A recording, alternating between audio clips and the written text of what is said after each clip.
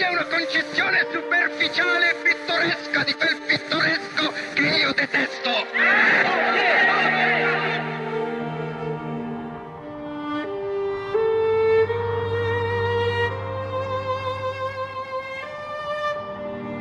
Le dittature non nascono dal nulla, hanno bisogno di un terreno dove crescere. Le caratteristiche della dittatura sono una pubblicità nel senso più ampio del termine addomesticata, tenuta sotto controllo, le elezioni non sono democratiche perché vengono escluse le opposizioni, sono represse le minoranze ed è perseguita qualsiasi resistenza, la soppressione dei diritti dell'individuo. Il capo, il dittatore, è esaltato come un uomo forte che con la sua potenza crea benessere popolare. Gli storici hanno individuato molte cause all'origine del fascismo e dei regimi totalitari in generale, nati nel mondo tra il 1922 e il 1936.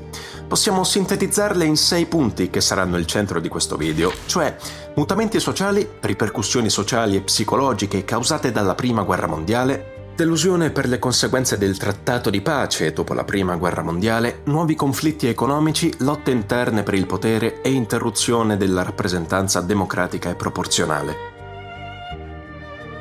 Iniziamo con un po' di contesto. Il fascismo fu un'apripista per le dittature del XX secolo. Arrivò in un periodo nel quale l'Italia e l'Occidente stavano subendo un lento cambiamento sociale ed economico iniziato con l'unità nel 1861. La lenta rivoluzione industriale, partita con le macchine a vapore passando per l'elettricità e 1000 nuove invenzioni, portò alla lenta scomparsa di molti lavori, un po' come oggi ma con tempi più lenti. L'Italia era un paese arretrato, aveva una scarsissima industrializzazione, l'agricoltura era ancora molto arretrata come tecnica e come mezzi, anche nel modo di coltivare.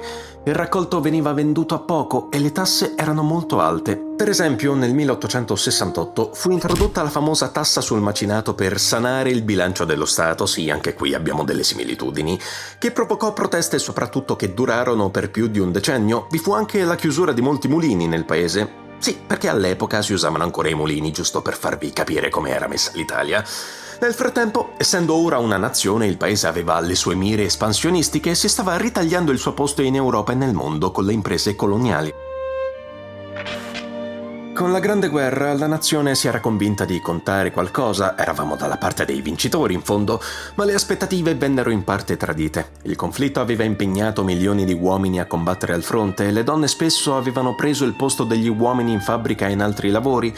La fame e la povertà dilagavano ovunque poco dopo il conflitto. I padroni delle fabbriche o i proprietari terrieri avevano sempre trattato le persone come delle bestie. Il popolo aveva protestato numerose volte, ma il diffondersi della coscienza di classe come idea portata dal comunismo e l'esperienza al fronte dove ogni soldato doveva contare sul suo compagno per sopravvivere avevano aiutato a creare una maggiore coesione e solidarietà.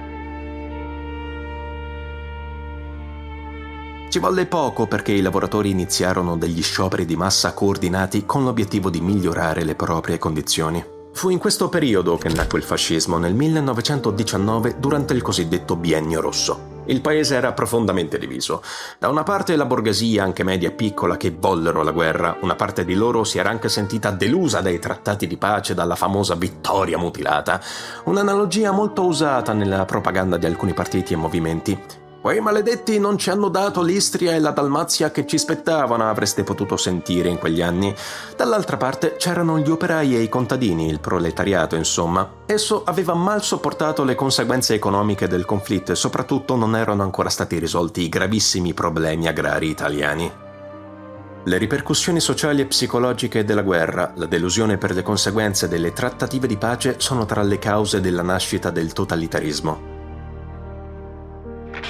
Ma quali sono questi problemi post-bellici? Durante la Prima Guerra Mondiale anche in Occidente l'opinione pubblica si era abituata alle leggi sulla censura, alle requisizioni di cibo e il razionamento delle risorse. A guerra finita il popolo si aspettava un ritorno alla normalità, la ricostruzione dell'industria, superare le difficoltà economiche, la mancanza di cibo, ristabilire l'ordine pubblico, trattare adeguatamente i reduci di guerra che faticavano a integrarsi nella società. Tra i tanti motivi a causa di quello che oggi chiamiamo disturbo post-traumatico da stress, ma i contrasti tra i vari partiti e quelli sociali erano così grandi che portarono a una sfiducia nel modello parlamentare, nonostante la guerra stessa abbia segnato il trionfo dei principi e degli stati democratici, o almeno così si diceva. Nel 1919 sembrava realizzarsi l'idea di una rivoluzione democratica mondiale con l'introduzione del sistema di rappresentanza proporzionale e l'allargamento del suffragio in molti stati dell'Europa continentale. Molti imperi crollarono dopo la Grande Guerra, scomparve la dinastia degli Asburgo e il loro impero, i Romanov sottomessi dal comunismo, gli Hohenzollern in Germania, i sultani dell'impero ottomano spodestati e al suo posto nacque una Turchia democratica con una costituzione e un popolo votante. Pensate che all'inizio della guerra, cioè nel 1914, in Europa c'erano 17 monarchie e 3 repubbliche. Dopo la guerra, cioè nel 1919, abbiamo 13 repubbliche e 3 monarchie. Fu una vera e propria rivoluzione politica. Immaginatevi che nell'arco di pochissimi anni l'Italia democratica che conosciamo oggi diventasse all'improvviso una monarchia. Molto probabilmente vi sentireste spaesati, non sapreste bene che cosa stia succedendo e altre emozioni che non possiamo immaginare. Ebbene, grosso modo era quello che si provava all'epoca. Tuttavia, man mano che il tempo passava, le crisi di queste democrazie nate velocemente si fece sempre più evidente. In Italia abbiamo la moltiplicazione delle fazioni politiche da una parte e i partiti di massa dall'altra. 2 nuove grandi fazioni politiche erano nate, quella comunista e quella socialista. Le maggioranze in Parlamento erano precarie per reggersi in piedi, per rosicchiare qualche voto favorirono alcune minoranze estremiste guidate da abili oratori. Una di queste persone era proprio Benito Mussolini.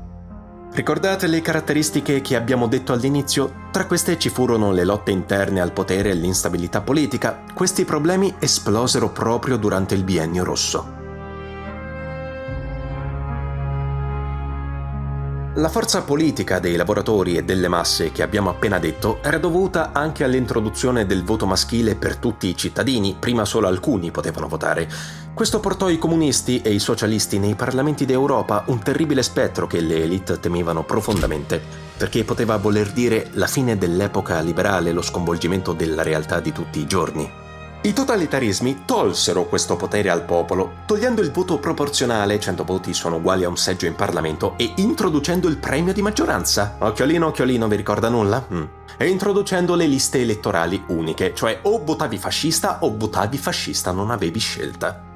L'altro fattore di instabilità arrivò dal successo della rivoluzione russa e dal crescente partito comunista che in Germania stava avendo molto successo. I dirigenti socialisti e comunisti italiani inneggiavano a un'imminente rivoluzione. È chiaro che la borghesia e lo Stato da queste idee ne erano fortemente spaventati, se non terrorizzati. Una rivoluzione, nella mente dei politici, l'Italia sarebbe diventata come l'Unione Sovietica. Follia avrebbero potuto pensare, ma ci torneremo fra poco. Intanto in Italia la situazione politica è molto instabile. Il Partito Popolare di ispirazione cattolica, fondata da Don Luigi Sturzo, si presentò subito come il partito principale con cui i socialisti possono parlare e dialogare, quindi raccogliere altro seguito e fare alleanza politica, soprattutto nelle campagne. Dall'altra parte abbiamo il movimento nazionalista e i seguaci di Gabriele D'Annunzio e le varie associazioni di combattenti che insistono sul tema della vittoria mutilata e, sfruttando le difficoltà economiche e psicologiche dei reduci di guerra che faticavano a reinserirsi nella società, chiedevano a gran voce un rinnovamento dello Stato. Il portavoce di queste richieste è diventato proprio lui, Benito Mussolini. Siamo nel 23 marzo del 1919 e venne fondata l'Associazione dei Fasci Italiani di Combattimento. In politica estera volevano una forte espansione anche di ripresa del colonialismo.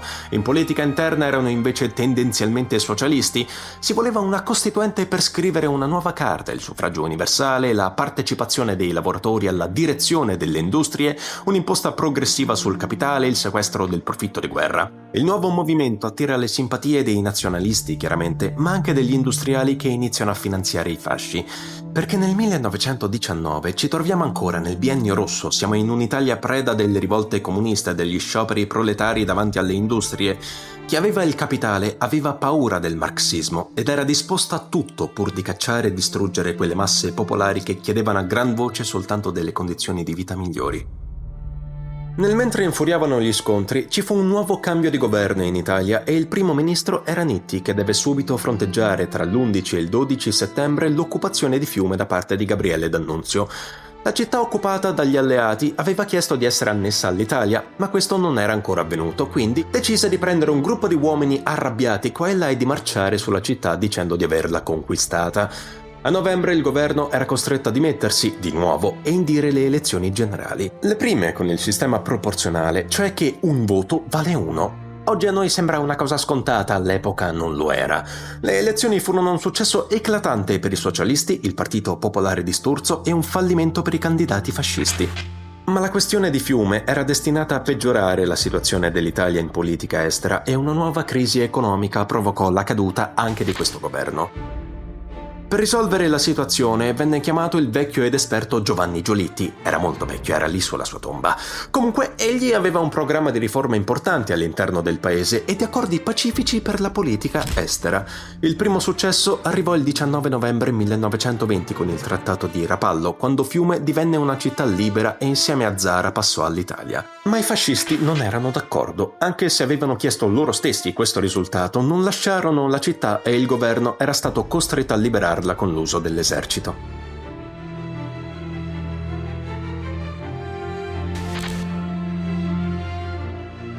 Intanto le squadracce fasciste finanziate dagli industriali e dagli imprenditori agricoli preoccupati del pericolo bolscevico continuavano e anzi aumentavano le loro aggressioni. Il governo era neutrale nel non reprimere le violenze con la necessaria forza. Tra il 19 e il 20 gennaio del 1921 abbiamo la fondazione ufficiale del Partito Comunista d'Italia, con ira funesta dei fasci di combattimento. Nello stesso anno si tornò, indovinate un po', esatto, di nuovo a elezioni.